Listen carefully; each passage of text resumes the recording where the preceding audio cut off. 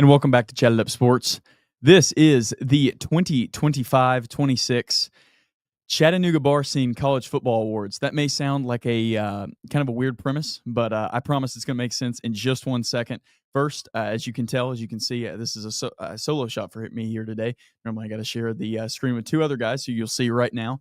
We are in our, I guess, Sunday best, wedding best. What would you guys call this? Just formal attire? Yeah, Sunday best. Malcolm's Monday, Wednesday, Friday. Right. Oh, okay. Right. Hey, So, dude, we're proud of you. You look great. It's an award show. We might as well dress up like it. We're ready to rock. The only guy that you haven't seen yet is in a coat for, I think he said the first time in like 10 years. Is that true? No, it's been a minute. Yeah? It's been a minute. Yeah. It's not quite 10 years, but like this is not something. I'm a sweatpants and t-shirt kind of guy. Like that's just who I am. But it kind of feels good to be dressed up with the boys. I'm not going to lie to you. Yeah. Hey, it'd feel nice. For sure. Absolutely. This is the first time this suit has ever been worn. I'm getting on to you, but like I've never worn this suit before. So I actually took it out of the plastic wrap. So looks great. Like awesome. a darker brown. Yeah. I don't see that often. I like the brown. I'm not gonna lie. I appreciate it, guys. You guys look great. Dapper. Malcolm, the glasses, you got the pocket square. Thank you, man. I did not expect to see anybody wearing a pocket square on Chatted Up Sports. But why are we here? So we wanted to do a college football awards show, but kind of our own little spin on it. You'll see 1,000 people pick out, Heisman, Doak Walker, best coach, best coordinator, all that. Well, this is going to be the college football awards that go along with the Chattanooga bars in town, something that most of us here are pretty familiar with, some more than others, I would say. In the case of Joseph, are pretty familiar? Decently. Yeah. I think familiar enough to fumble my way through this. Okay. Good. So anyways, the College Football Award is going to be related to a bar in Chattanooga based on our own personal experiences at these bars. Some of these will not be explained very much because legal reasons, but we'll make it through. It'll make more sense as we go along throughout the episode. So let's just go ahead and get into our first award. The first award is the Shady's Corner. This went downhill quick award. And explanation. This is a traditionally good team who was bad this year and whose reputation has taken a hit because of it. I'm not going to explain what happened at Shady's. If you want to know, just go look it up. But Chase, who is your Shady's Corner? This went downhill quick award. There was plenty of options for this one. I thought there was, 3 or 4 schools, but we limited it down to one. And now this team had a little come up the last couple days, but it went down real fast for the Penn State and Nittany Lions. Boy, oh boy, could that have gone any worse? I don't think so. To watch what happened to James Franklin, to lose the big game against Oregon, to sell your soul, it felt like, to finally get that win. They couldn't do it. They couldn't get over the hump. I know it was a couple games later, but letting go to James Franklin, just 48 to 72 hours ago, it didn't even look like James Franklin was going to have anything to worry about because he was going to win this job. He was going to win this exchange with Penn State. He's going down to Virginia Tech. He's going to take all the recruits with him. Thank goodness they hired Matt Campbell. But this year, what a huge disappointment. As you mentioned, you said it, Drew. On paper, this was their year to win it all. And here we are with a 6-6 record. Is that right? 6-6. Bowl eligible. Just hired Matt Campbell. Maybe the future's bright for Penn State. Who knows? I doubt it. They did the best they could right now. Brother, even if the future's not bright, it's brighter than where it was heading. True. Ugh. We were headed for like Urban Meyer, Bill Belichick, like just call the big name territory. Like seriously, I think that's where Penn State was headed. No, Chase, I love the pick. Malcolm, who is your Shady's Corner? This went downhill quick award. Yeah, I mean, it's been downhill for a while, and we're going to go down to Tallahassee. Ooh. It's going to be the Florida State Seminoles, man. They are just not a good football team. And it was so great, when you think about it in the beginning. And that's kind of, an ode to Shady's. I love Shady's. I do too. I would go back if, certain things. Some things have happened to me at Shady's that I'll keep there. But started out great and then just did not. And that I think the same thing with Florida State. It's just we called him Tommy Casamigos. Brother, it looks like you've been drinking some Casamigos because he's making poor decision after poor decision. The Shady's Corner award for me is going to go to the Florida State Seminoles. Okay. Florida State, 2025 Week 1 champions. Joseph, who have you got, buddy? Oh, man. I've got a team that a lot of people, myself included, were high on. Maybe had them in their conference championship game. They didn't even come. Well, I mean, I guess they did have the same amount of losses as one team that played in that conference championship game, but, that's because of just horrible tiebreaker rules and bylaws in your conference. But the Clemson Tigers were my Shady's Corner. This went downhill quickly because you open with LSU. A lot of people, Cade Klubnik's coming back. That defense looks solid. People think this is a national championship contending team. Clemson could be climbing back to where they were in the golden years of Dabo Swinney. No, they were trying to climb out of a hole for most of the year because it got ugly. They lost to LSU. Then you immediately struggle with Troy at home. I know that game, the weather was awful. I get it. Still. Struggle to get off the mat after losing to LSU versus Troy. Then you drop back-to-back games to Georgia Tech and Syracuse. Mind you guys, Syracuse, I think, finished 3-9. They did lose Steve Angeli, did lose a bunch of players. I get it. But there were talks after that is Clemson going to make a bowl game? I mean, this got ugly quick from a national media perspective, from some of the pressers that Dabo had. And they ultimately did make a bowl game. They finished 7-5. And how fitting is it? In the Bad Boy Mowers Pinstripe Bowl, Clemson and Penn State. Heck yeah. Oh, man. In the ultimate this went downhill quickly bowl. True. That's a good point. Could call that. Hey, so. Is this the battle for the reputation bowl? Like we won a bowl in 2025? This is it could have been so much worse bowl. Yeah. Because I think at one point we both of these teams, it was like, yeah, they're not going to make a bowl game. No, again, Clemson's going to finish 5-7. Penn State might finish 3-9. I thought that more of Penn State. I thought after the Northwestern game they were dead for sure. Which I don't know if it's worse to say that about Clemson with them retaining their head coach and their staff. With Penn State you kind of get it because they fired James Franklin. It kind of goes off the rails. You're like, yeah, I get it. You're hitting the reset button. Yeah. But then ultimately, now we get them in a bowl game versus sure. each other. Yeah. Perfect. A perfect ending to a not so perfect season for sure. Exactly. All right, boys. Award number 2. The Sing It or Wing It, Just a Good Time Award. Now, let me say, I've only been to Sing It or Wing It one time. I'm not going to say when it was, but I've only been one time. And I'm not going to lie, it was just a good time. I had nothing to complain about. The vibes were high. Everybody in there was a generally awesome person. And so this college football award goes to the team that you liked watching, no matter the record. This can be a bad team, an exciting bad team. This can be a great team. This could be Indiana if you want. I don't think anybody would have picked that here, but this can be that. Joseph, we'll bring it back around with you. Oh. Who is your Sing It or Wing It Just a Good Time award? We're snaking it. Okay. Well, not really snaking it, but I'm just going to pick somebody random every time. That's fair. I went with Vanderbilt for this, actually, because I felt like every time I loaded up a Vandy game, regardless of who they were playing, they had established themselves as like, this is going to be competitive, it's going to be fun, and this is not something we traditionally get from Vanderbilt. So it was kind of like, I enjoy watching them because I don't know where this journey is going to end up. I don't know how it's going to go, but I think it's going to be a good time regardless. So, and for the record, I've never been to Sing It or Wing It. I went recently, very recently. Fair. It was, man, Sing It or Wing It, it's just fun. Like I feel like everybody's in a good mood because when you're up there on the stage and you're embarrassing yourself, like, hey, I'm not gonna lie, there were some performers in there the night that I went, but for the most part, when you're kind of embarrassing yourself and everybody knows it, then it's kind of hard just not for everybody to just kind of laugh the whole night. So yeah, and it felt like to me that not necessarily the people were laughing at Vanderbilt, but like they wwere a good time, and everybody. It felt like most people were on their side for most of their games outside of the fan base of the team they were playing, because it was like, oh hey, we're probably gonna lose to Vandy today. Like, yeah, that's how you felt. Badge of Honor, Chase. All right, I'm going to go to the central part of the country. We're going to go North Texas Mean Green, baby. Mm-hmm. You want to just see some offense. They lead the country in yards, I think. Mestemaker was just so fun. He's like the great story, D2 guy. I think he had 0 recruiting profile out of high school. And then these guys just come up and they just start slinging around the yard and almost make a college football playoff. I didn't seem like that whenever you watched them play South Florida at the beginning of the year.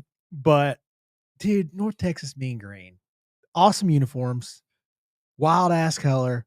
Great time. North Texas, Mestemaker, those boys. And congrats, he's probably going to Oklahoma State next year, too. So Probably. I would say that's the definition of a just a good time team. A team that was, hey, they were fun. They gave us some good moments. They were on a bunch of Fridays, so you caught a bunch. The general public caught a bunch of their games, but in the end, they weren't crazy good. But you had them for those Friday nights, and that's what you take away from it. Yeah. Malcolm, who's your just a good time award? I changed it as I was sitting here. Ooh. Yeah, Okay. because I was thinking somebody's going to take it. Give me South Florida. They are by far such a fun team, so entertaining. Goalish, I mean, gave us moments of greatness and also gave us moments of like, what are you doing? Losing to Navy like that, losing to Memphis like that. Like, it's just. Yeah, the Memphis one really comes to mind. Yeah, it was just we what? Thought, at that point, I think most people would have told you that South Florida was a shoo-in for the college football playoff as the G5 entrant. Yeah. And in that moment, it just all evaporated. It just all went to what. Yeah. So, Oh, I think most people thought it was Memphis or South Florida. Now we have two G5 teams in the college football playoff that are not named Memphis and South Florida. Which is crazy. Yeah. It is beyond me. Whew. But yeah. Tulane snaked out of that. Yeah, bro. I legit took. Congratulations, Joseph. Yeah, I think we should give him his you lap. Did it, bro. Congrats. He had him preseason. He talked about him all year as his G5 team. And now John Summerall's leaving, so good luck to their program. Like we saw the writing on the wall. Yeah. Home run higher. Yeah. That's what Orgeron just told us. Yeah. It's a big time. Yeah. All right. Next, the Exile Off Main shut down the program award. I don't know if you boys know, but Exile Off Main is no longer with us. I'm not sure I'm sad about that. I had a few good times at Exile, but it's no longer here. So this college football award, the Exile Off Main shut down the program award, goes to a team that you hated watching, was bad, and it's time for them to invest in other sports. It's time for them to get out of the college football game entirely. Malcolm, you're up. I'm going to stick in the state of Florida. I'm going to University of Florida. I hated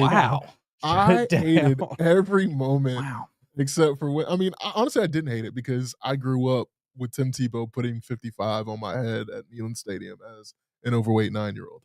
So, like, when I tell you, like, I didn't hate any moment, I absolutely loved it. I want them to be terrible for the rest of our days, but it was a hard watch. It was. It was a hard watch offensively for sure. Yeah. And I think our producer over there lost some hair and some sleep and some days off his life trying to watch this team offensively. I think if you watch that side of the ball, then yes, they were probably one of the most unwatchable teams in the country. Such high expectations for DJ Lagway. Like, if I was a GM, I'd get fired because I would have drafted Johnny Manziel first overall. DJ Lagway was going to win a Heisman Trophy this year. Yeah. I was high on Lagway as well. Yeah. So, yeah, Florida is my Exile Off Main. I've seen some stuff at Exile. Man. I think anybody that's been to Exile has seen some stuff at Exile. Yep. We're sad you're no longer here. Sad. Probably for the best. Yeah, maybe don't come back. Yeah. Had a good run. Jace. All right. I was kind of thinking here, I think I'm gonna stick with my original. I'm gonna go with Oklahoma State. My God. Well, good, because I know somebody else that chose Oklahoma State as well. Yeah, You we can share this one here, Joseph. I mean, my Lord, you can't be bottom 5 in the country in points. And what was the 67? Who beat them by 60? Oregon dropped 60. Oregon, on them. yes. I mean, that game was at Eugene, but like still, dude, you lose 69-3. 27 was their highest point total this year. They crossed the 20-point mark twice. The 27 was against Baylor in a losing effort, and the 21 was against Kansas as they finished 1-11. So it was gross. A lot of bad football from the Cowboys this year. Just like, no, maybe not close the program, but like after the Oregon loss, it was like, hey, maybe you should just pack it in this year. It's not going to get any better. Highlight of their season came when a bunch of their fans went and took their shirts off and started swinging them in the air. And they got a bunch of or the rest of the 1,000 people that were in that stadium to come join them in doing it. They started the movement, man. Tarps off for the boys was the best thing to come out of Oklahoma State this year. Like, Bros being dudes is the best. Just straight up guys being dudes. It's the best, man. Yeah, that was a shutter down, man. Yeah. I can't see this team bouncing back for another year or so, but you might have hired a pretty damn good coach. Yeah. I think time will tell with him. I mean, for Oklahoma State, where the program was at this year, as you guys have mentioned, getting that guy feels like, oh boy, thank gosh. Because I think I think in another universe he goes maybe to UCLA or something like that, and then you're really in trouble. So things are probably looking up for Oklahoma State, I would say. I don't think there's any lower place to go.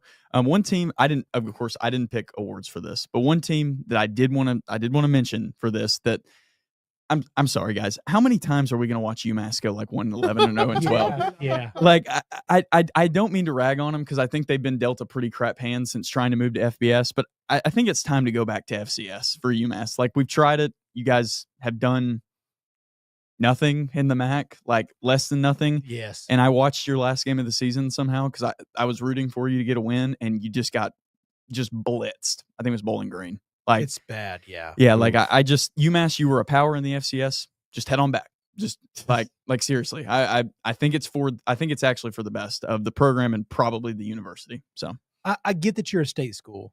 I know like that's like one of those things you want to try to be there. Yeah. Dude, just go be good there. Like, come on now. I was trying to look up like how did they do? They were a traditional powerhouse in the FCS, I think. They won the FCS in 98, and they've done really well. Like, they've had several good seasons, but daggum, man. Yeah. 0-12. They moved to FBS in 2012. Go back. Go be really good. Yeah. I mean, they just haven't really had a home, and they're home now currently.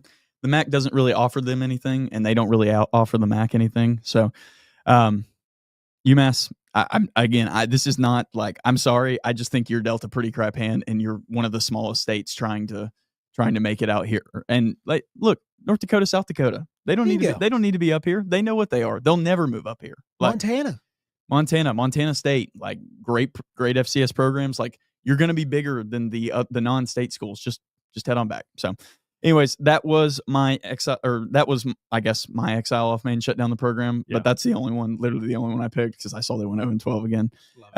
So number 4, the owner of the Blue Light worst head coach award. So I don't know if you boys have any idea what I'm talking about. Chase definitely does, but the Blue Light was a bar that was located over by Reagan's and Westbound in downtown Chattanooga. The owner of it, whose name is escaping me, and I'm not going to say his name because I don't want to get sued, was constantly beefing with local authorities. And actually, a little bit of fun trivia, I was actually at a school dance right before this bar. I'm pretty sure my school dance got the Blue Light officially shut down for being open past curfew. So for that reason, it is the worst head coach award. Joseph, who was the worst head coach in all of FBS college football this year? Oh, brother. It was Hugh Freeze. And I'm going to be honest with you. It was a guy that, in my opinion, the writing was on the wall here. And for some reason, people kind of kept buying stock in Auburn because they're like, well, maybe they can get it right. After the way I saw him treat Peyton Thorne last year and the way he would kind of dog him in press conferences. And I'm like, brother, I don't know if you – like, I get it if you think quarterback's the problem. You picked this guy. Yep. Like, Auburn went and paid Peyton Thorne to transfer from Michigan State, and he's not doing great. You chose him. Then you do the same thing with Jackson Arnold, and we're writing the same story again. And it's like, well, Jackson Arnold sucks. It's like, well, you picked this guy again. Here we are. It's Peyton Thorne 2.0. Maybe it's just your offense. Maybe it's just you. So I'm glad Auburn got away from him.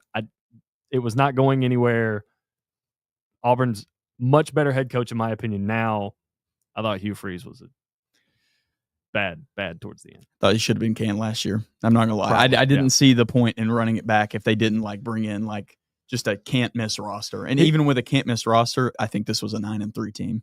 Yeah, it was the recruiting class, and then like landing Deuce Knight is probably what it was like. Oh, kept him for those whatever 8 games. Yeah, it was like, hey, well, we've got good. The future is in good hands with Deuce Knight, but it's like, yeah, dude, I don't even know if it's going to get – you're not even going to get to that point with how bad it's been with Jackson Arnold. So, Malcolm.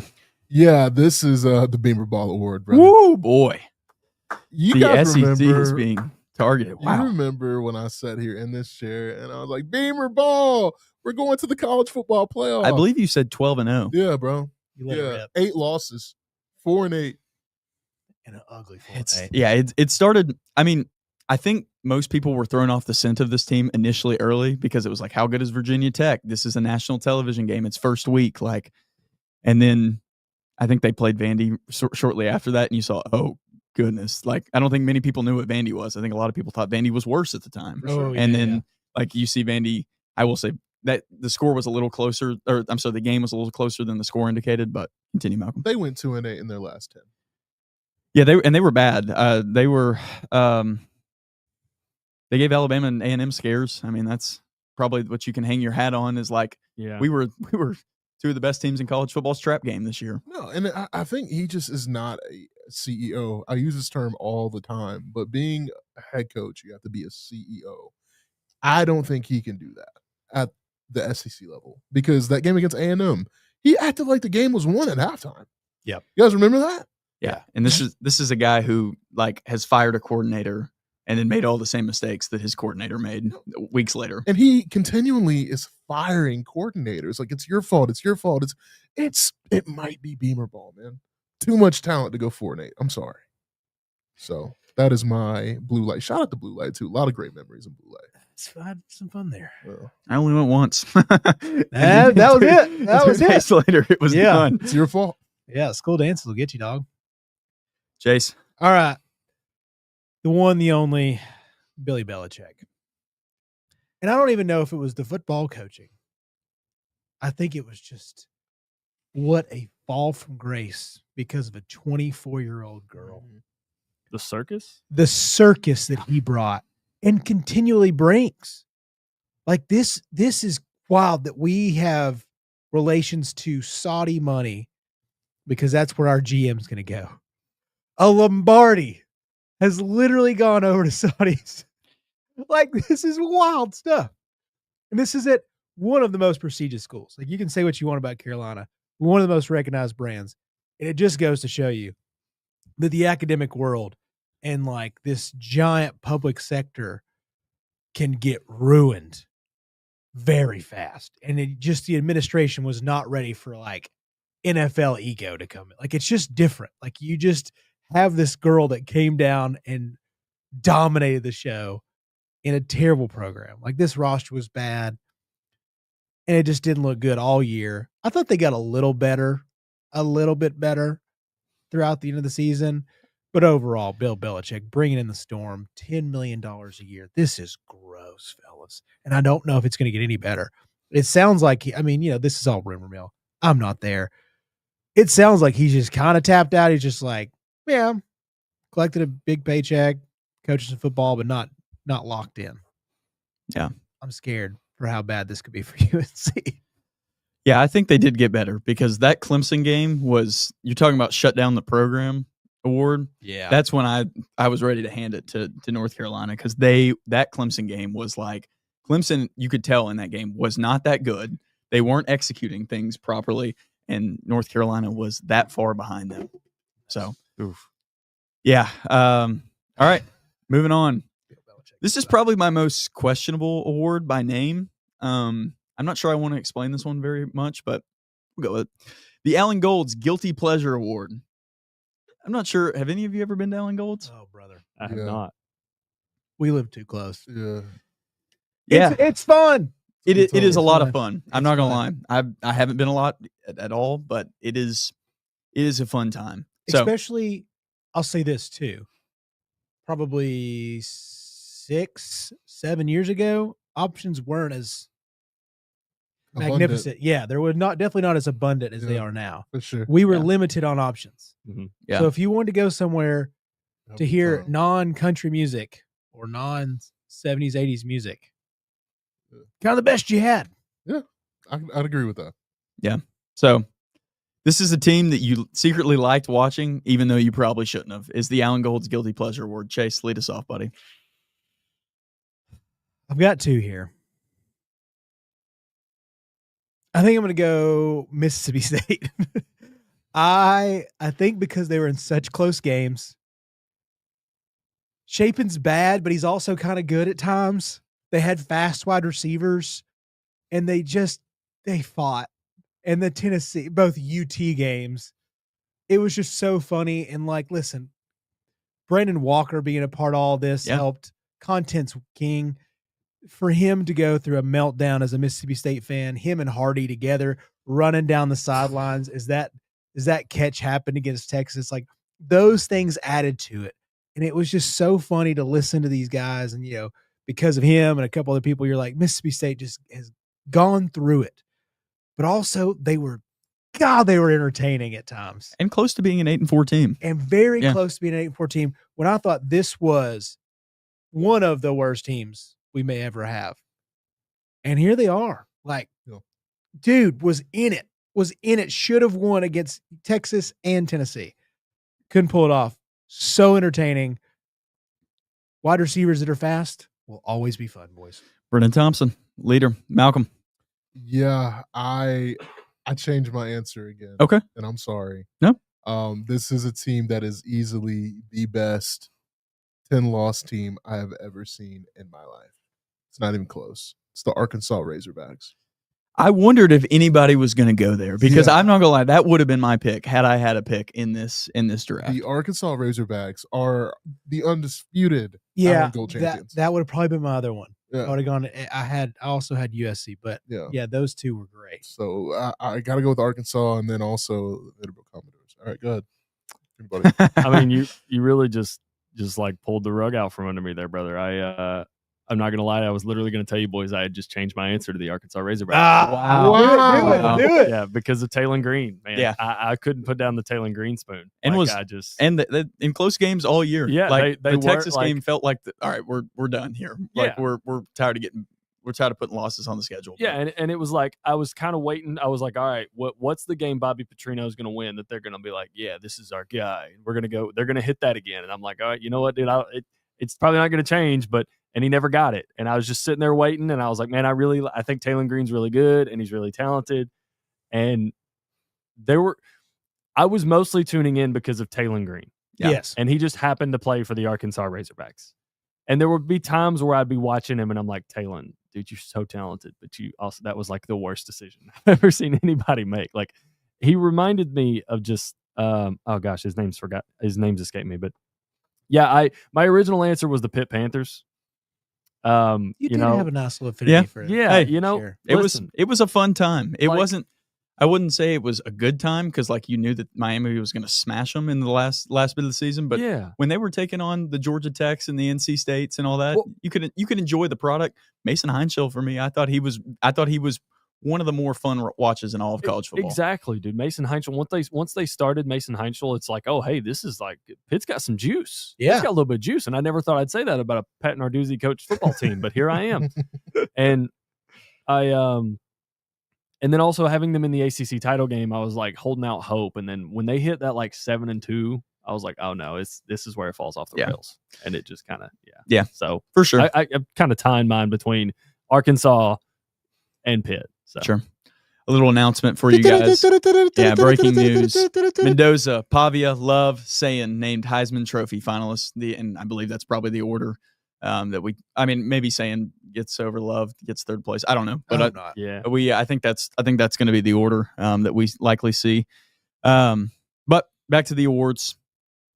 And this has become my favorite place, my favorite bar in all of Chattanooga. It is a brand newish bar. I walked into it for the first time on Blackout Wednesday last year. The Granny's Bar Newcomer of the Year Award. And I tell you guys, I just like Granny's. It's a cool spot. I've enjoyed it. So this is a team that's not traditionally good, that had a better year than expected, and are looking up in the future. Oh, Malcolm. Yeah, I mean, I'm going to keep home where the heart is because me and my grandma are actually pictured in Granny's. Are you really? Yeah. Where at? In the bottom right corner. I have on sunglasses. I'm going to have to check that out. Yeah, in the bottom right corner in that little mural. So I will forever love Granny's. The Tennessee Vols for me, bro. I just think that, could have been better, but honestly, this team was, to me, put in a horrible situation. The face of your program leaves in April, and you somehow come out with 8 wins. So I'll take that all day. Had the Boo Carter stuff too. Yeah, number one corner hurt. It's just a lot went wrong for Tennessee, and they still figured it out. Now I respect it. So, Chase. I'm sorry, Joseph. I just made you go last 2 times in a row. Yeah, I don't reluctant to say, but I mean, it's Vanderbilt, dude. It's Vandy all the way. It is Vanderbilt. And dude, they could have been a guilty pleasure. Like, there's something about this team's magic. I hate they're not in the college football playoff. Like, I get it. Clark Lee said it. You got to go beat Texas. I think that's the team. You go beat Texas and you're in. But here we are. Vanderbilt's so fun. Like, Pavia's Pavia. Like, I told you guys, dude, if you can walk the walk and talk the talk, I love you for it. But if you just talk the talk and they would have gone 3-9, I'd be like, dude, that guy sucks. But with him being as good as he is and being like as good as he was last year, quite a bit better this year. Like humongous steps to being like, wow, if they would have gone 11-1, he's a no doubt Heisman winner. No doubt. So. Yeah. No doubt. And an onside kick away from literally the entire program's, like, the awards changing in the program's favor. I don't know how would that, if they would have beat Texas, would they have been in? Would they have been? I don't think so because they lost to Bama. Yeah, they would have lost the tiebreaker. So they would have been. They would have been. And I don't think they. If the season had played out the way, like if the only game that had been flipped was Vandy Texas, then it would have still been Georgia. Yeah, Bama. So. That's right. Okay, because they would have had the head-to-head. All right, got it. Yeah, but either way, it's heck of a year. Clark Lee made a name for himself.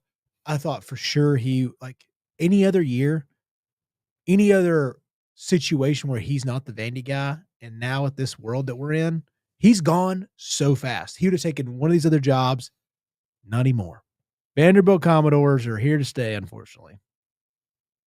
Joseph. All right, boys. The newcomer on the block is a team that managed to rip off their second double-digit win season since 1976. That is the Texas Tech Red Raiders. 12-1, first outright Big 12 title.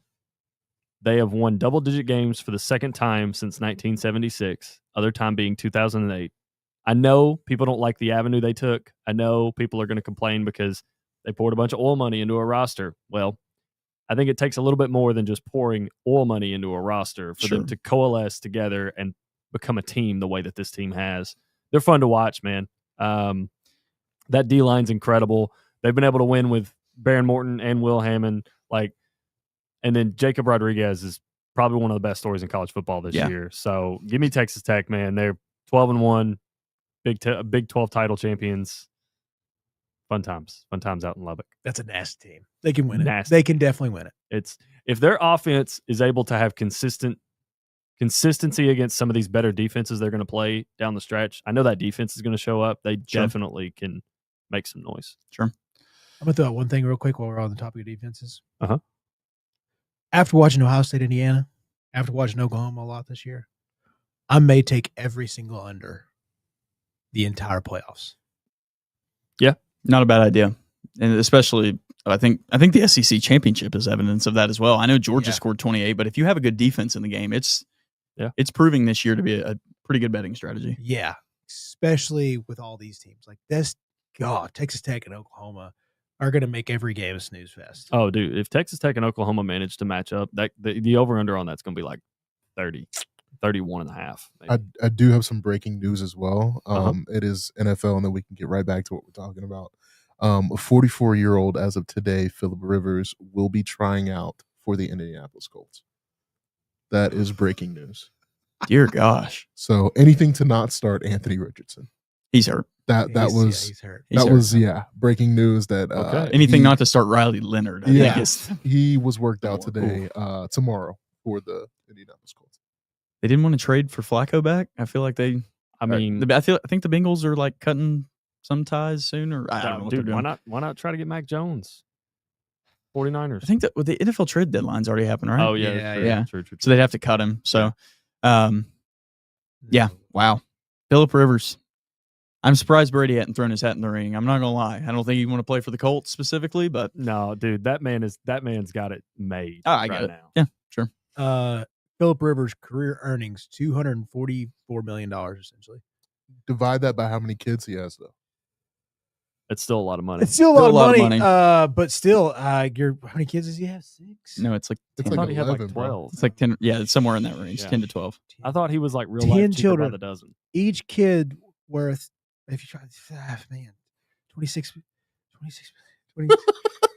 Whew, it's not bad, boys. You all right, buddy? When you start to limit it down, you start thinking, Yeah. I mean, Philip's living on pastries, dude. Yeah. He's like trying to give his kids all his money. I know how this goes. I see my daycare bill every month. Oh man. He's got that van that he went back and forth for. Yeah. 10 kids, dude. Sorry about that. Wow. Just had to break that for us. And that's why you wear protection. All right. Back to the awards. The Whiskey Thief Coordinator of the Year Award. I'll tell you, going to Whiskey Thief, you just feel sophisticated. You go up there, you feel like you should be in what we're currently in right now. You feel like you should be in a suit. You should at least be in something nice going up there. You should be on a cold glass of whiskey on the rocks. And for that reason, this is a coordinator that runs circles around the competition with their sophistication of scheme. Joseph, your Whiskey Thief Coordinator of the Year award is? Gentlemen, it's the brand new coordinator for the Florida Gators and a man that was doing more with less for the Georgia Tech Yellow Jackets. Buster Faulkner is 2,200 yards, 2,600 passing yards, and 922 rushing yards with Haynes King. Okay? For anyone that doesn't remember Texas A&M Haynes King, just go back, familiarize yourself a little bit. You'll understand where I'm coming from. Buster has done wizard-level things with this man. And I know, some people might look at it and be like, well, in the Georgia game, they didn't play well. I get it. The talent disparity. It's very, very wide. But to be able to do what Georgia Tech does and have the success they had in the ACC and be able to get 2,600 passing yards out of Haynes King in an offense that isn't traditionally a spread offense, I think that's pretty impressive. I think Florida had a home run hire with him. Buster Faulkner, absolute dude. Dang. Malcolm. Yeah, I mean, whenever I think about Whiskey Thief, I think about someone who is committing a heist. And somebody who, to me, by far, is just a thief in the night is Tennessee defensive mastermind Tim Banks. I just think Shut the front door. I think that just he Sorry. X defensive coordinator. X. He's gone. No, I just wanted to take this moment just to thank Josh Heupel for, sometimes decisions are hard in business. Whiskey Thief. I'm seriously just making a play on this. I mean, it was bad. So I just wanted to highlight a really, really bad coordinator. It was awful. The Vandy game definitely showed him out. It definitely, definitely, like, if there was any thought of like, well, we don't have McCoy and Boo Carter's gone, the Vandy game was like, oh, we don't have anything with, at least not with this guy calling the defensive play. Plan. Yeah, there was no plan. Yeah. Do you want me to give a good option? Yeah, Sure. give us the roll. Yeah, we'll go to Oxford for now, but go into Louisiana. Charlie Weiss Jr. I thought he was absolutely outstanding. I thought what he did with Trinidad, I thought adjusting from Austin Matthews and being able to open it up, but also run the football very well. He's going to be a good head coach for somebody in about 4 or 5 years. Sure. He's got a path ahead of him. Something like his daddy, for sure. There's a reason they called him back. Yeah. There's a reason that Ole Miss was like, can we at least get Charlie? Can we please have one of these guys over here? Like, he's going to give them a chance. I think they picked their battle against Lane, and then against with him, they were like, dude, we have to have this guy. We have no shot. Yeah. So that is one of those I would love to know if Trinidad walked in there and be like, dude, we really need Charlie. Yeah.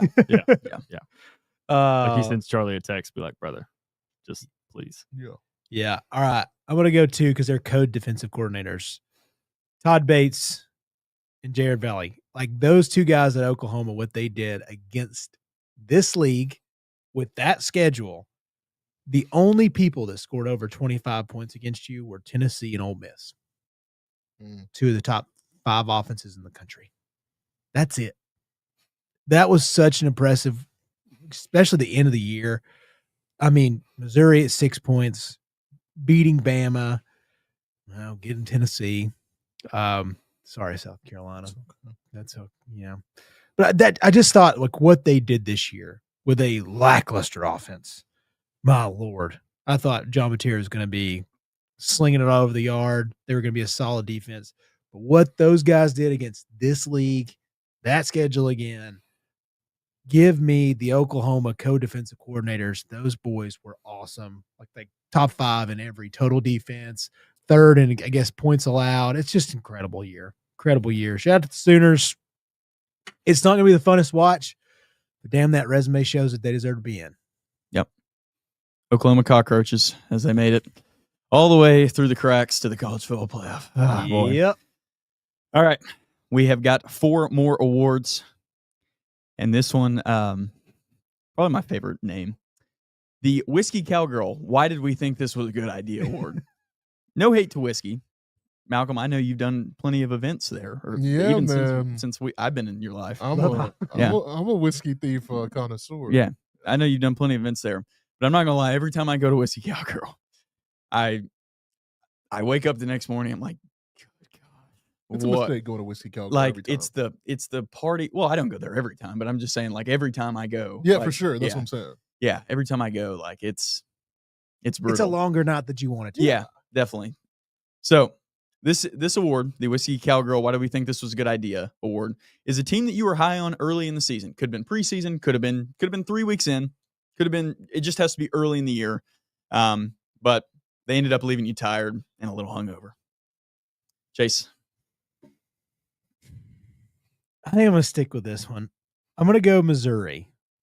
I think I bought into the Bo stuff. The running game was unbelievable. I thought, you know what? These guys could stir up some trouble. I was like, Eli might finally have his guy. And especially early on, Bo was putting up stupid dual threat numbers. And I thought, all right.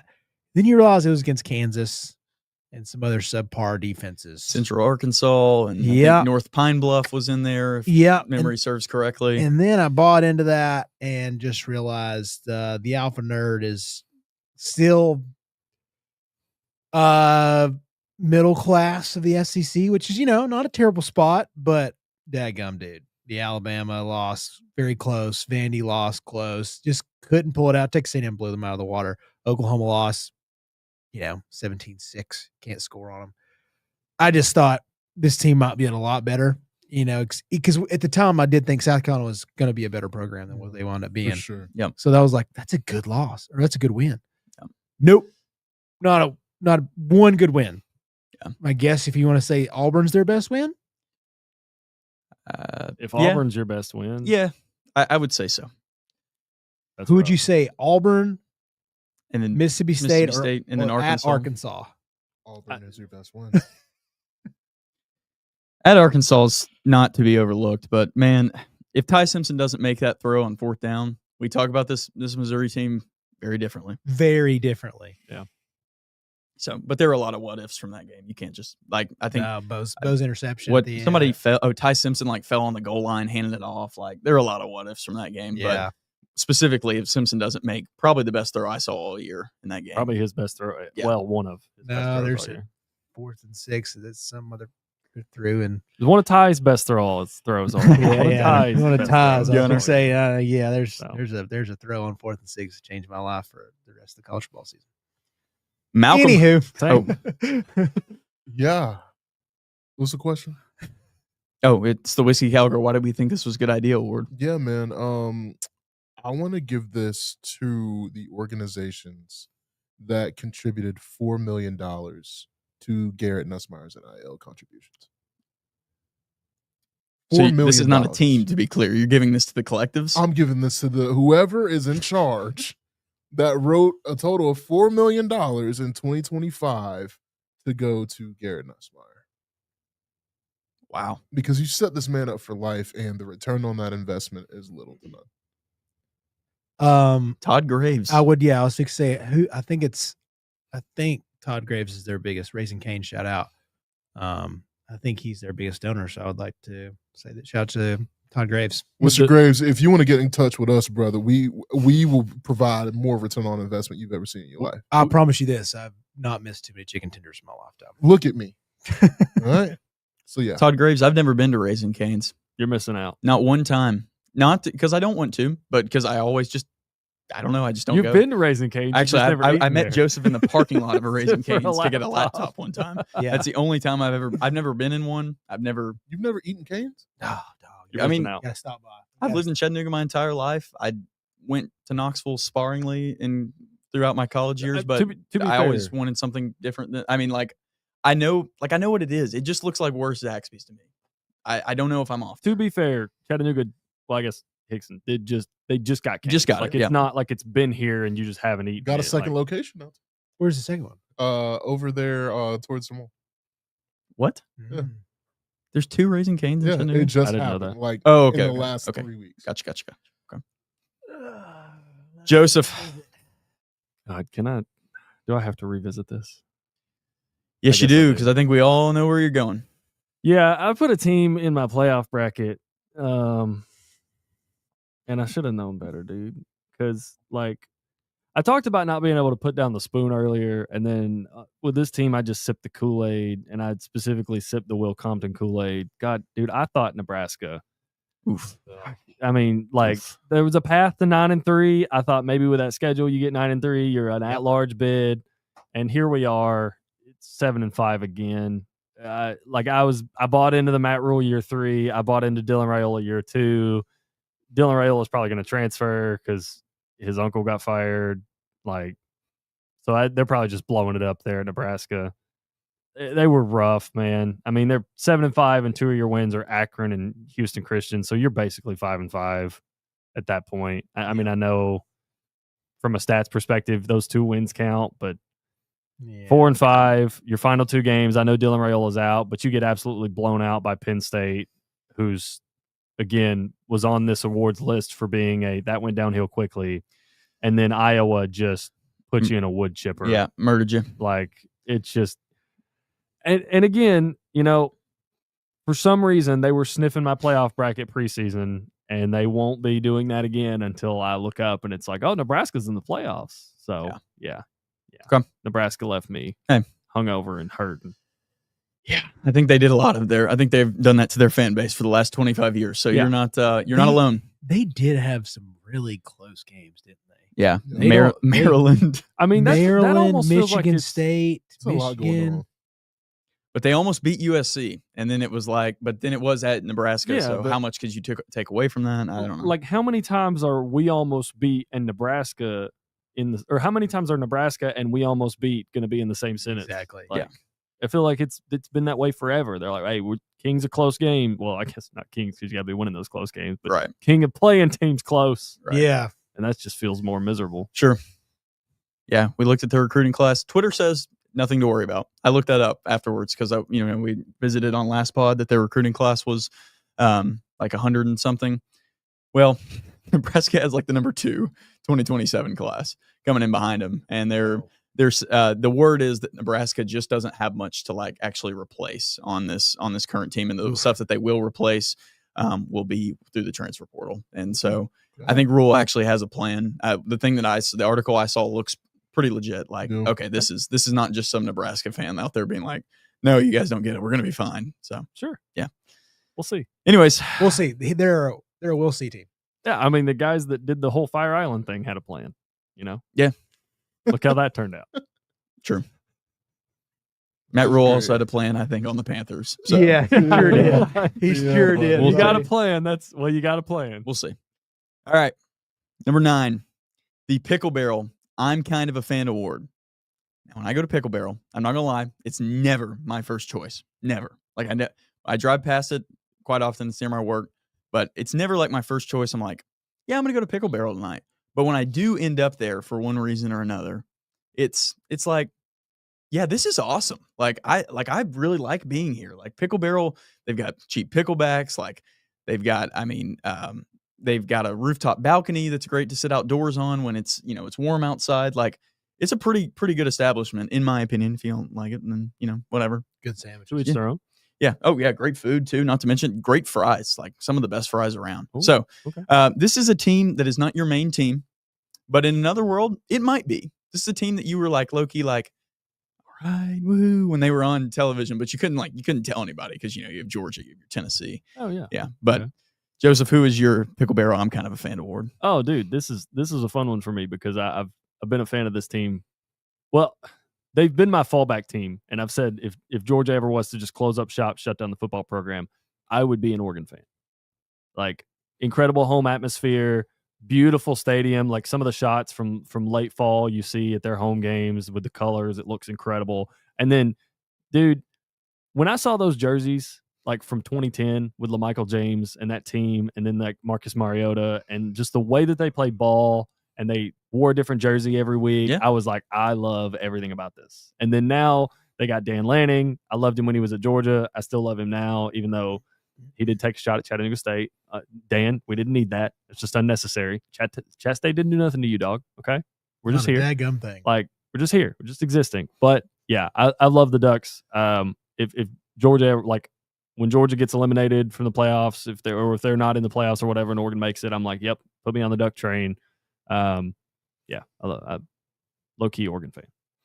Yeah, quack on that. Yeah, until they play Georgia, and then it's duck hunting season. So any kid to teenager or even 20-year-old with a copy of NCAA, an older copy that like Oregon every single year, like there's so many jersey combos and options, and it's just like all these other teams. Like you go to Alabama, it's like red, yeah, white, yeah, Georgia, black, yeah, gray, red. So yeah. I think most people would agree that they're probably closet Oregon fans. A little bit, yeah. Yeah. Malcolm.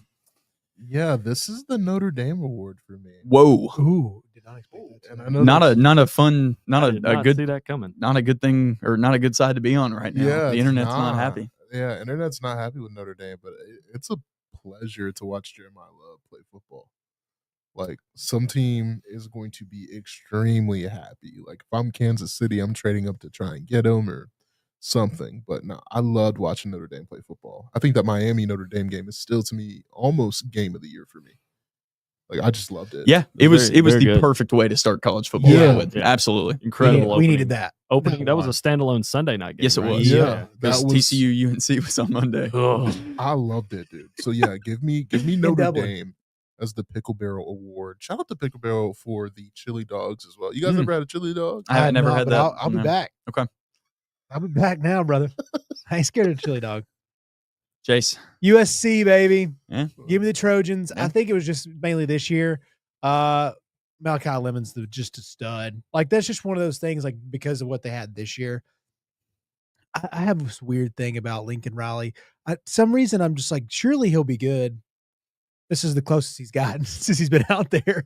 But like, they were just fun. It's high flying, chuck it downfield. Or with Lemon too, it was like, I never thought he was the fastest cat in the world, but the guy's yak was incredible. Yeah. Like, he would break a tackle, like he like runs like a tight end almost, but then he's way faster than that. And you're like, dude, this guy is a machine. And they just kind of got, they have just fun guys on the outside. And it's always like one of those things, like prestigious USC, them having a good quarterback. I think when Lincoln's good, it's good for college football because he's always going to bring the quarterback whisperer thing to fruition, and he's done it again. I think he's got a really good guy in Maava. USC, just a fun year. Shout out to kind of sort of getting better on defense. Finally, some help on the way too. Your coordinator did not have on the way. Your coordinator did not have blackmail on you this year. That was the most important part. That is going to be one of the questions when I arrive at the pearly gates. It's going to be down my list of what in the world did Grinch have on Lincoln Riley? To waste the year of Caleb Williams. Not even just that. To waste Baker. Baker. And the Baker years are way worse. Yeah. I think the Baker years are way worse. Yeah. Because like that Baker team, he was awesome. They would have went. Yeah, they're incredible. They would have went. They put up like 38 points on Bama. Yeah. Were Baker and CD on the same team? They were, weren't they? 1 year. His first year. Yeah, that's right. How sick is that? All right. Insane. If I had to pick one right here, Mm-hmm. I did kind of workshop one for this. Yeah, it would be USF. I actually watching them first week of the year when I picked USF to beat Boise State. Byron Brown is just like your old school can't throw the ball quarterback that I just kind of like. I have an affinity for. I'm not saying he can't throw it, but I mean not his game. He's not going to be drafted. But when he ran over those Boise State defenders and he just kept doing that all year, I was like, yeah, I like the way this team plays. Like, Golish was a perfect coordinator to call around him. Mm-hmm. I kind of wonder, like, with another person in there, will Brown look a little like, will he take a step back? Like, will it kind of be the Sam Levitt, I don't have Cam Scattaboo type thing anymore? So we'll see. We'll see for sure. But yeah, if I had to pick one. All right, we've got two more. We're moving nice, gentlemen. We'll get everybody might be home for first quarter of Monday Night Football. The stir, that bill is way too high for what I ordered, Award. And let me just say, I like going to Stir. I do. This is not This is not hate on them. I like their food. I like the atmosphere, the vibe. But man, when you get that receipt, you're like, dear gosh, what is going on here? So this is a team that spent big time in NIL in the modern landscape, but only got about 3 Michelob Ultras in return. Can I request to go first? Sure, please. Yeah, because I'm actually. This was my favorite pick out of any of them, boys. It is the Bayou Bengals. It is the LSU Tigers because they spent mightily. Malcolm, you pointed it out earlier. They spent a lot of money on Garrett Nussmeier. They spent a lot of money on a number 1 transfer portal class. Ended up costing them close to $70 million after they fired Brian Kelly. Ended up costing them actually a lot more considering they fired Brian Kelly and now hired Lane Kiffin. Had to pony up for his staff and had future NIL contributions. Yep. So, yeah, LSU bought big and got nothing this year. Now, don't get me wrong. They're investing in the future. I get it. But they paid a hefty price this year to go 7-5. And that was just gross. Yes, they did. And they lost to some teams that I don't think LSU fans would have told you in their lifetime that they would have lost to this year. So I know the Alabamas, but LSU losing to Vanderbilt, man, I don't think any LSU fan thought that was coming. No. So, Chase, who's your big spender? Your big guy that ran up the tab? I was gonna say somebody, but I think I'm gonna go back with one I had written down before. I'm gonna go with the Florida Gators. Yeah. I think that was one of those I bought into. I thought Napier was a pretty daggum good coach towards the end of the year last year. Spent a crap ton of money. The defense was awesome, but that offense was so atrocious. And it's one of those things. You're Florida, dude. You can rack up that bill. You can rack it up as high as you want to, but then you realize you only got 3 sushi rolls out of that thing. It ain't worth it. Yep. Go home. You spent too much money. Florida Gators. Tough year. Don't hate it for you. Malcolm. I'm going to give you a player, and I'm going to give you a team. Which one do you want first? Give me the player first. Player, Mr. Hollywood. Ryan Williams, come on down. Bro. Wow. Yeah, we never really got to talk about that on here. Like, the fact that he just didn't play the second half of the season. I mean, he played a little bit in the SEC championship, but I haven't seen Ryan Williams since the Wisconsin game. He didn't play at all in the Iron Bowl. Like I don't even think he was playing snaps out there. It wasn't like he was in for blocking. They were like, no, we'll take Nazir Brooks and Isaiah Horton over you. He went from being the second best receiver in college football to the second best receiver on his own team. He's on the cover of College Football 26. Yeah. And Jeremiah's the cover curse? Yeah. Well, I mean, Jeremiah Smith. Well, yeah, sure. Yeah, but Smith, I mean, that's but just like guaranteed. But he went to the 4th most targeted receiver on his team, 5th if you count the tight end by the end of the year. Like if you're looking at the last few games, he goes from like number 2 because Jeremy Bernard he was just better than him. It was pretty obvious early in the year. Like Jeremy Bernard is their number 1. Yeah, and then you go by the end of the year, like they're trusting freshmen out there over. And I get that Brian Williams is only 18, guys. He's only 18. He's only. Yeah, I get that he's a sophomore. It's an 18-year-old sophomore, but like, dude, they're trusting true freshmen over you, like to run out there for not only like receiving, but like just non-receiving plays too. Like they don't even want you anywhere near the play. I guess. Or wild to me. Crazy. Malcolm, he only had one 100-yard game. That was against Wisconsin. Yeah, and got really close against Vandy. Got 98 yards. Let me give you the last rundown of the last 4 games, just real quick. This is kind of astonishing to me.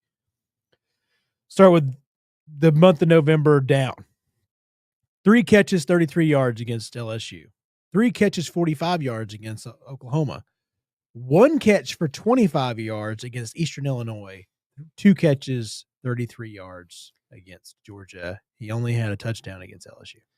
I kind of wonder, my own like personal selfish theory with this is, were they so bad in like the South Carolina and LSU games on offense that they were like, well, something's got to change, and they just picked him when I mean it's obviously the run game for me. I don't think that taking Williams is always going to be a big play threat. I mean that's what he is. Like he's not.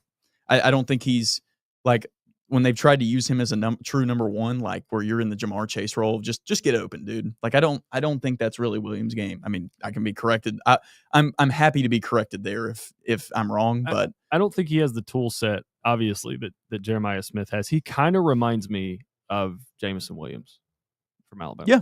I don't think he's as fast as J-Mo, but No. Ryan, his skill set, like, and I say that from like you watch his contact balance, his spin ability. You saw flashes of it in the SEC championship game. Like, I feel like his skill set is a little bit more catered towards that, and that could be why, like, now he's the guy. And last year he's new on the scene, but now he's the guy, and it's like his skill set doesn't really align for that. Or maybe it could also be like he's after what he did last year. It's like, okay, we're not letting that guy beat us, so it's good, and that opens the door for like Jeremy Bernard and these other receivers and Isaiah Horton and things like that. So. Yeah. I'll say this too. Didn't have the greatest finish last year either. Yeah. No, he was terrible last year to finish. That's And I will say he did drop a touchdown in the SEC championship game. Yeah. Like No, he's should have been a dropped the touchdown. football a lot. And it's like, maybe he was just a one-hit wonder with the Georgia game. Maybe that was just an anomaly. Like, He torched up Tennessee. I don't know. I mean, he had about 300 against look. Tennessee. look, that play, I was talking about this with somebody the other day. That play of him in the SEC championship is in my mind, one of the single greatest individual efforts ever put on a football field. When he spins out of that and just beats those two Georgia defenders down the sideline. okay. Yeah. This is, I'm talking about last year. Yeah. Like, I was trying to think of stuff during my lifetime as far as individual plays. I'm not talking like biggest moment or it means more. Like, it was a huge moment that contributes to it. yeah. But I'm talking like he pulled off a spin move that I've never seen anybody do. He did like a basketball move on the football field. Yeah. And then the corner was like right here. And I'm pointing my left hand ahead of my right if you're listening, not watching. And he beat him up the sideline. This is not like, oh, well, he was playing UAB. No, he was racing a Georgia corner. Yeah. And boys like to go fast, as we know. Like, he was, and he beat him up the sideline. So the only other one that came to mind, and the only reason I didn't think it was this, and this is a side tangent, was the Jadeveon Clowney knock the helmet off play. That might be. Yeah, I mean, it stands out because of what was done to South Carolina like 15 seconds earlier, Yeah. and Jadeveon Clowney just took it upon himself to basically knock somebody out Yeah. and get the ball back himself. Michigan was just given a first down. Yeah. Oh, literally Yeah. given a first What down. he was in college football at Oh that my time. God. Yeah. Golly Yeah. bum, He was dude. Myles Garrett before Myles Garrett. I don't know. I would have to think. I'd have to go like watch the I'll say greatest plays. Yeah. But Texas Malcolm, who's your A&M. team for My the Bills? Way team, too high. It hits close to home. It's the Tennessee Whoa. Volunteers. Yeah.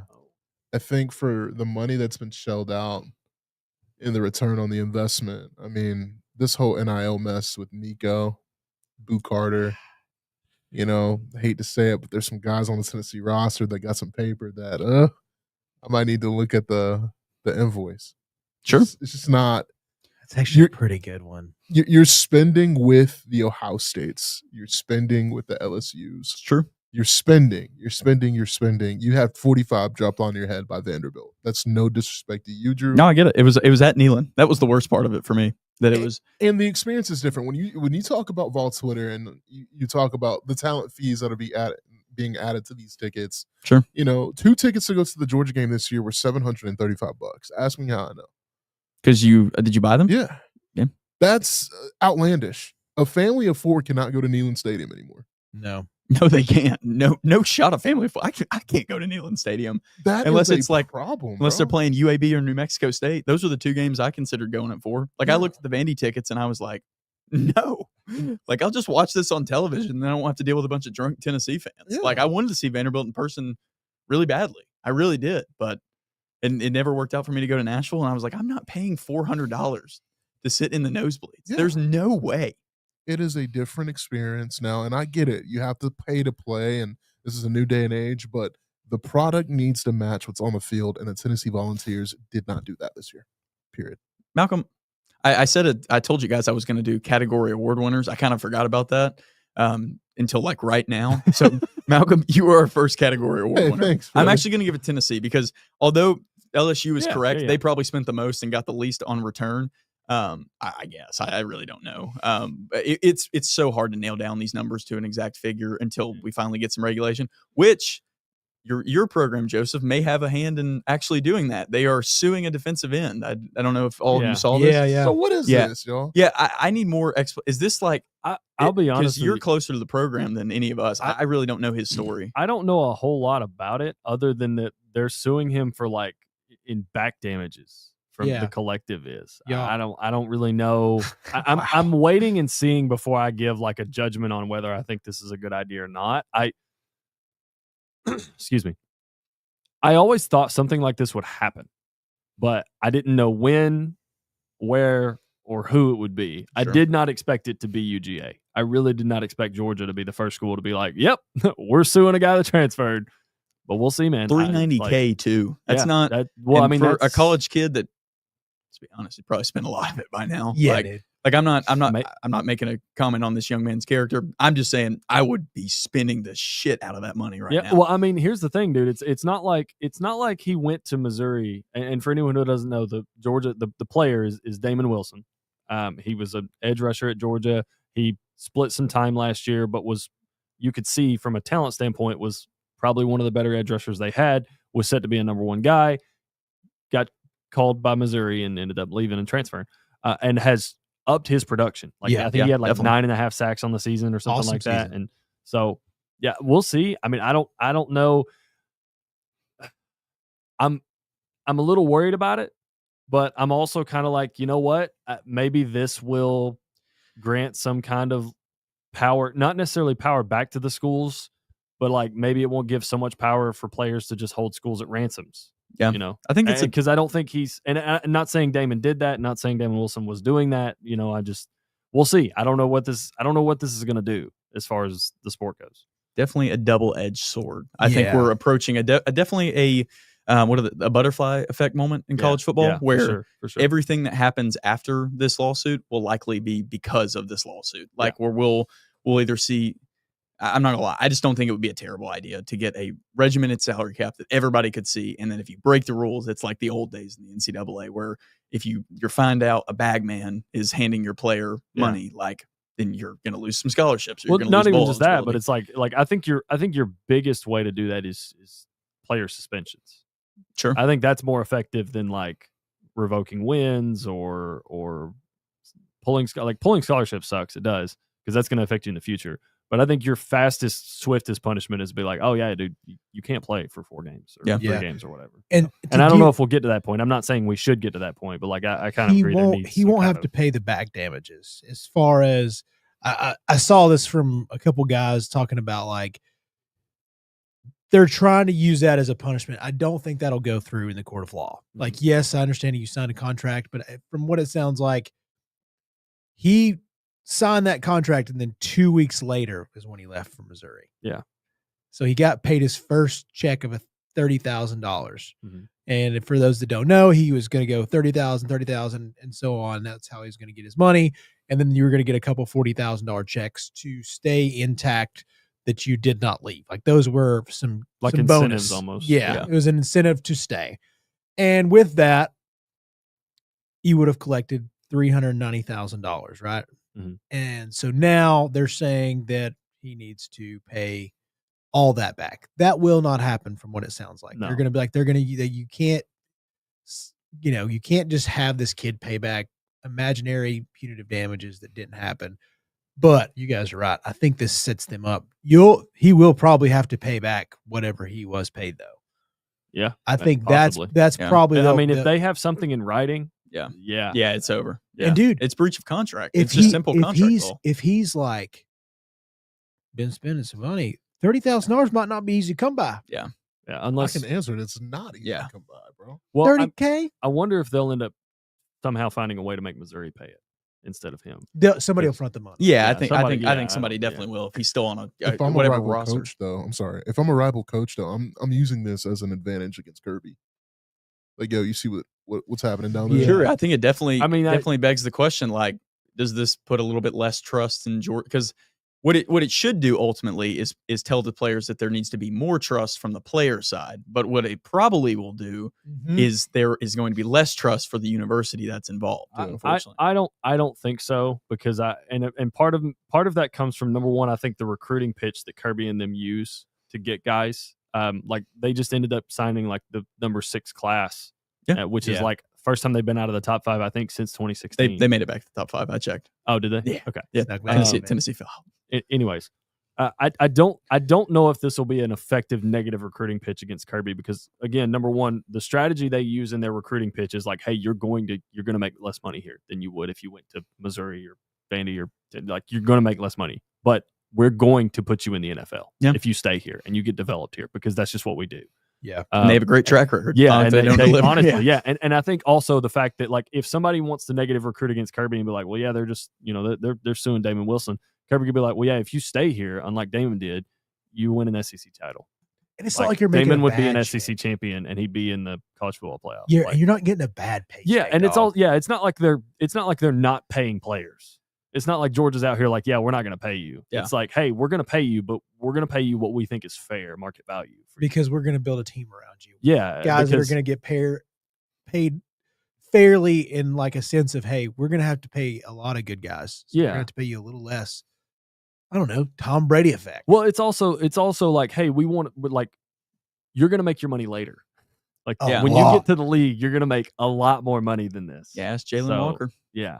I mean, it's so funny too. Like that's like a mindset I wish I could take back and give some kids and be like, dude, for you guys that have this immense talent, I wish you could know this $300,000 will be like a daily paycheck one day. Yeah. If you just stay it could be a game check. Yeah. It really could be.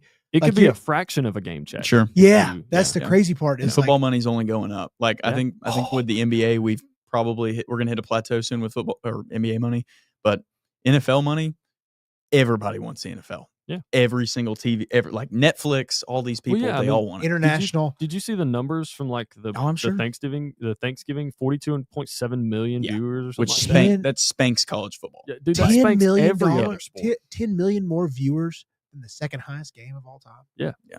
That's wild to me. It's just the NFL football crushes. And it's like, it's not just, the NFL crushes in terms of ratings, but like college football also crushes. Yep. Like other professional sports.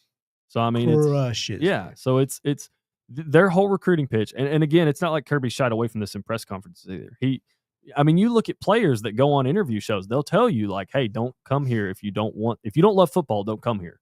Like, yeah, you'll make some money. They're going to pay you. Don't get me wrong. But don't come here expecting a bag and just kind of coast. Like, they play football here.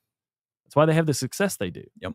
It's just it's hard work, dude. Yeah, it is. It's hey, we're wearing pads on practice at Thursday. We have a game on Saturday. Like, we're gonna hit the shit out of each other. Yep. And again, I think the whole coaching staff, Kirby, the players that are there, they embrace that. And I think that filtration system that they've set up filters out these guys that like are just looking for a bag. Yep. So that's a good point. That's a good point. Real quick too, what's funny, speaking of NIL evaluations, I'm currently at this is all sports, but Gunnar Stockton is the 65th highest evaluated player. Yeah, he makes like a fraction of what Ty Simpson makes. Yeah, that's crazy to me. Yeah. He's below Bryce James at 64. Well, Bryce James does have millions of social media followers compared to Gunner's. Like, I think, but it's just funny, like where they're at. Like that's his guy. Yeah. Wow. JKS is higher than him. Mikal. Wow. Yeah, that's Bo Pavula. All right, that was a fun little side tangent. Yeah. We got one more award to give out, and it is, and in honor of this being the last award, it's closing time, gentlemen. It's 10:30. LSU has just beat Florida in possibly the worst game you've ever watched. And all you want to do is turn on something that makes you feel good. You go to Hulu, doesn't work out for you. And then you see there's this weird team on whose logo you barely see mentioned in college football. This is the Reagans and Westbound Up Past 2 a.m. award, because if you go to Reagans or Westbound, you ain't leaving it at midnight. You can barely get in that place at midnight. Yep. So this is the Reagans or Westbound Up Past 2 a.m. award, a team that you enjoyed most watching long after the 7:30 games had ended this year. So we're looking West Coast here, gentlemen. I believe, at least. And I think one team will be pretty popular here. I didn't look at everybody's I purposely left it because I thought it would be cool if everybody had the same team because I would think we pick all- one team. We all have the So same So we, I think if you want to try it You on wanna say it 3, on 3? yeah, 1, 2, 3. Hawaii. Oh, who? Hawaii. Hawaii? Okay. I got to hear this. yeah. Malcolm, go first, please. I mean, dog, when it's late, and you just see that H on that helmet. I mean, it's just True. something that's amazing. Like Cal's the obvious answer. It is. I just want to be the first person to say it, but And you picked them to win the ACC. I did straight up. And Dude, I mean- although they didn't win the ACC, they determined the ACC. Yeah. They did. That's a fact. Yeah. Beating SMU. The Fighting Justin Wilcoxes. But no, shout out to Hawaii. You 8-4, good season. know what's crazy is that my sister on her short list, Hawaii. Really? I was like, baby, you're gonna have to get a scholarship. Hawaii is It's a the long- if you're talking about up past 2 a.m. I remember sitting. I think I was in the first game I ever went to Neyland. I went with a buddy when I was like 14, and it was Tennessee, Arkansas, and we stayed in a hotel, and I was in the hotel lobby watching a live Hawaii game at like 4:30 in the morning. I'm pretty sure. Have y'all never sweated a quarter bet for Miami? Excuse me, Hawaii at about 1:30 a.m. I have sweated out some Hawaii games. You ain't Yeah, sweated yeah. out no Hawaii games, It'll man? change you, man. I can. It's not for Yeah. the faint of heart. That's when you know it's like, all right, yo, I'm in too deep. I need to. My favorites Yeah. are like whenever it's like 8:30 at night, early in the season, and you look and Hawaii is just bright as shit. Yeah. Yep. You're like, oh yeah, Yeah. they're 4 hours behind us, Yeah, almost 5 in some Yeah. spots. Yeah, dog. Yeah. It's legit bright. It's, Look. it's so crazy. I don't ever. I know that this is a documented betting strategy, but when they hung out that UNLV -2.5 versus Hawaii this year, and it was at UNLV, man, I about like if I had a mortgage, I would have refinanced it. I would have done it. I don't have one yet, but yeah, great pick. Hawaii, bro. they kicked off the year upsetting Stanford. I mean, Very yeah. entertaining. kind of been a theme that And that was one of those. It's night and it's day in Hawaii. yeah, Like, Yeah. it's day in Hawaii. Yeah, We- absolutely. We, yeah. love the Rainbow Warriors here on Chattanooga. And Yeah. then took a All right, tough gentlemen. 40-6 loss. Yeah, to Arizona, but Arizona was good. Don't Yeah, get me wrong. they They were were good. entertaining. Was it at Arizona? Yeah. No, that's why. Yeah. Sorry, the island. They just can't do it. So, gentlemen, you both picked California. I agree with you, but let's hear it. What stood out about this Cal team as they were burning the midnight oil, but really just the normal time oil for them? I mean, I don't know about you, Chase, but like for me, it was JKS, dude. That's Like, all it is. It was, yeah. I remember watching the Oregon State game and coming back and like the next day, I'm like, this dude made some of the best throws I've ever seen, and then he was also a lefty. So like, It I was just like, looks oh yeah, cooler. Cal's got like a legitimate quarterback, and this dude's going to field a bunch of offers of NIL offers in the offseason. He's already committed to go back to Cal, which I Yep. love. That's crazy. I but love that. I thought for sure that you mentioned it that he'd be at the number 1 Oh, team yeah. in the land right now. He'd be there next year. Yeah, I thought he'd be like going cross town to USC or something like that. You know, I thought he'd At end up minimum. like, Yeah. somewhere. Yeah. I'm like, oh yeah, JKS is going to shine somewhere other than Cal next year. Good for But him, no, he's dude. going back, and I love that. I love And I that think he's going back with to him, Cal. So. with the way the ACC is now, I think this is one. I think it's probably JKS's best chance to win outside of going to like an Oregon or yeah. an Ohio State or whatever that would be. I'm not Ohio State specifically, but two, like this is the best move for Cal because Cal probably saw this year and they were like, oh yeah, 7-5 Duke goes to the conference championship this year. Well, Yeah. Well, we can certainly do that and better with a more experienced JKS. So I wonder what Tosh is going to do over there too. I don't know much about him. I mean, obviously you know a little bit more about Will Stein, but this would be interesting for them to have a new coach. oh, they fired their coach this year. Yeah. Really? They fired Yeah. Justin Wilcox? Yeah, they fired Justin. I did not Wilcox. know that. I didn't realize he had been there since like 2016. Yeah. Same here. I did not realize. I saw his record. I was like, oh, 9 seasons. I mean, feels like he's trending up with 8-4. Oh, okay. Well, I wonder if, because it's funny too, the timing was strange that JKS mentioned this after he was fired. So I was like, huh. I wonder if Tosh came down there and convinced him, was like, number one thing we do is we keep Yeah. JKS Yeah. I mean, probably. right now. But he And could also wants be a to kid. there too. Yeah, he could also be a kid that, like, I think he committed to Oregon, Yep, that is enrolled, correct. and then transferred to Cal. Yep. So it's like, So just he knows wanted this, to- he knows Cal, Tosh. Yeah, yeah, I he forgot just about wanted to be there. Yeah. Yeah. So he knows this guy. So he knows Tosh. And yeah, that'll be great for him. Yeah, it's JKS because Dude, also it looks cool when you're a lefty. When you're that accurate. And I will say, I had the same thought every time I watched him play. Is like, can't wait for this guy to be in the Big Ten. Oh, I want him so bad. Or a Oh, sneaky SEC team to fly well, in. it's, sure. yeah, it's Yeah. like, oh, I can't wait to watch you at Indiana next year. Yeah, I thought I don't It know. felt like it was I the thought- Mendoza thing all over again. the pipeline, the Cal to Indiana pipeline that has been developed. It started. Yeah.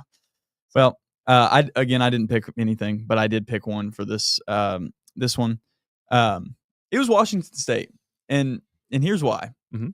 They only played a couple of late games. First off, Mhm. but they play in the games that weren't late, specifically at Ole Miss and Virginia.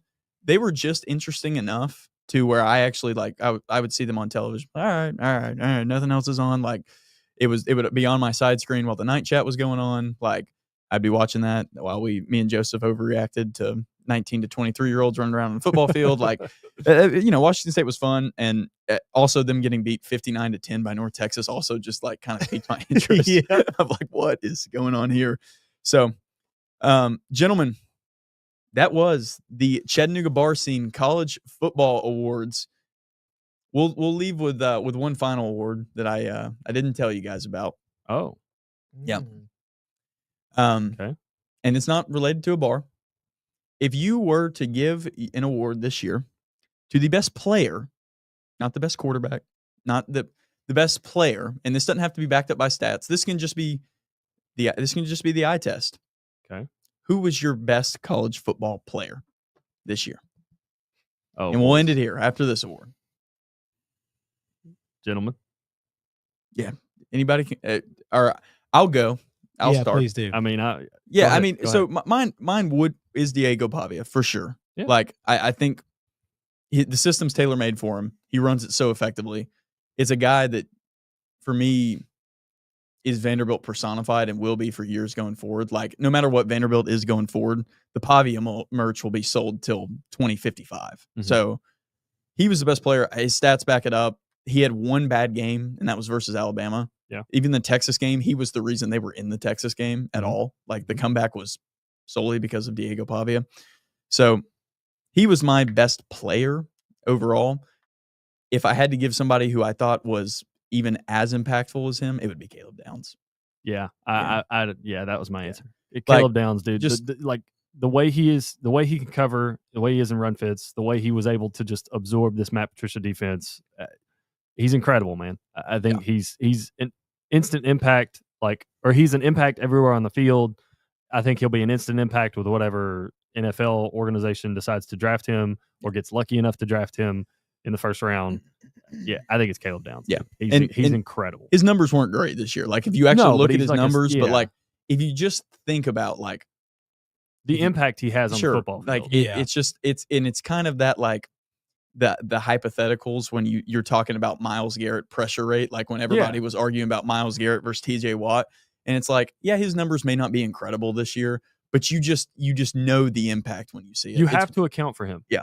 Every play. Yeah. You just have to. Yeah. Like, and Myles Garrett's going to break the sack record this year. So congratulations. scared to see what Caleb Downs does when he gets into the league. I mean, I think similar to the way that Kyle Hamilton's been for the Ravens. I think I think you're getting something similar with whoever drafts Caleb Downs. Yeah. Same. Chase. It's to me, it's Pavia. Do I think he's going to be a great NFL guy? No, but do I think he is one of those perfect fits for college football? I sure do. He's like you mentioned, he loves the system. It works for him. It's got a lot of optionality. It's got a lot of, you make your own choice here. You only got 4 or 5 plays. Let's do them right, and it's going to bring you options.